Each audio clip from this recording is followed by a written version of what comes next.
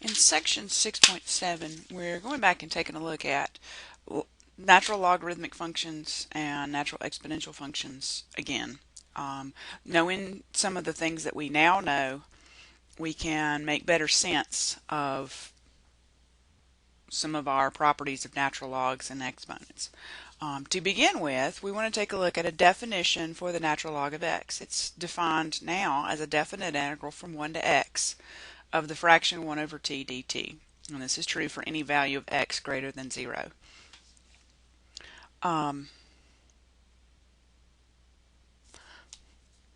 Let's take a look at that function.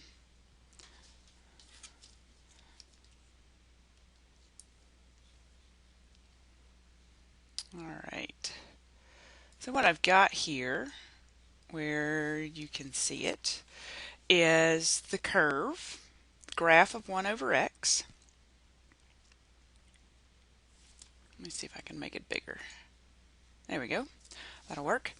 And I have calculated the value of the integral from 1 to x. And this point x is movable. Up here you see the actual value of that definite integral. So that value should move,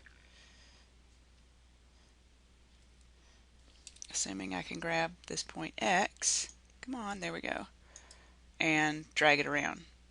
As x moves further to the right, you see the value of the integral increasing. It's not increasing very fast because that space that we're adding there as we make x more and more, further and further away from 0, that space is getting pretty small.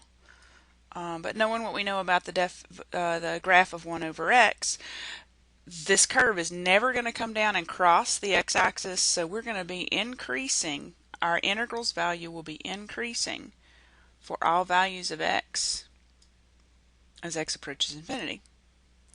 Okay, now it's also important for us to take a look at what happens if we drag x over here to the left. Well, or if we get it to sit right exactly on 1. I'm not going to be able to get it exactly there, but if you looked at the integral value from 1 to 1 of any function, that would be 0. And if x, okay, grabbing point x again, come on. Alright, hang on. Let me get it. I maybe shouldn't have stopped where I did. Point. Let's see if I can make this happen.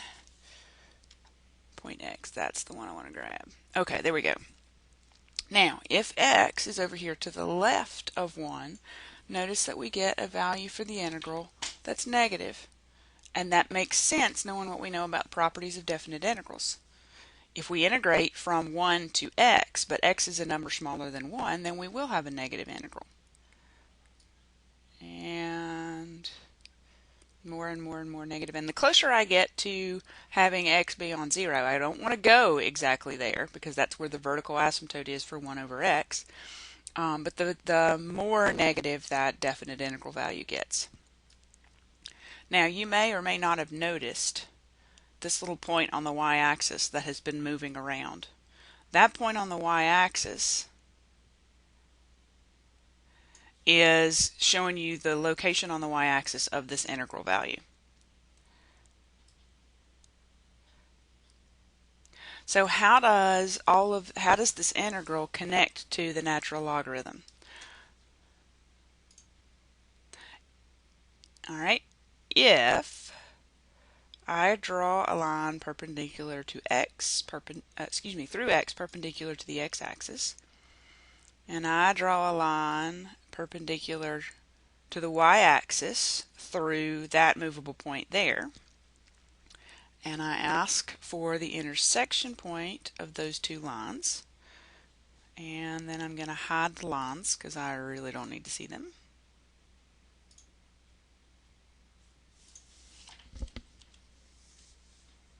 And let's see, I can hide show. I want to show that integral value. Okay, I've labeled that point. The x-coordinate matches the value of x on the x-axis, that movable point, and then the y value is our integral value. Now watch the path of that point,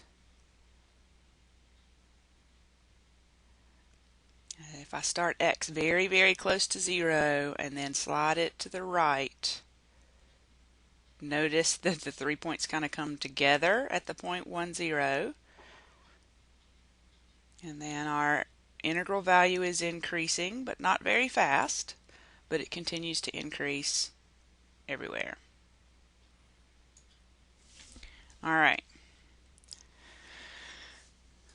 If I want to show the locus of that point as x changes, you get that curve right there, which I hope you recognize as the natural logarithmic curve.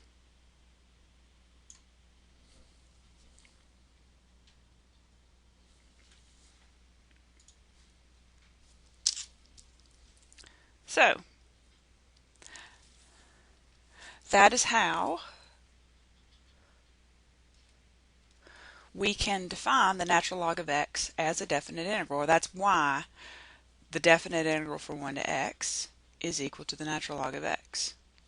Now if you take a look at that equation and you think about differentiating each side with respect to x, so we're differentiating the natural log of x and differentiating the definite integral from 1 to x of 1 over t.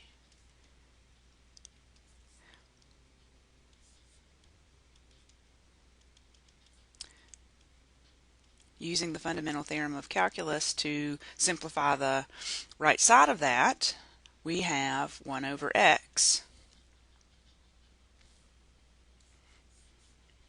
So that's the derivative formula that we had for the natural log of x. It comes straight, if we've defined natural log as the definite integral from 1 to x, and then we differentiate that definite integral from 1 to x, we get our derivative formula that we've just sort of in the past told you, know this, learn this. Now here's why that derivative is 1 over x.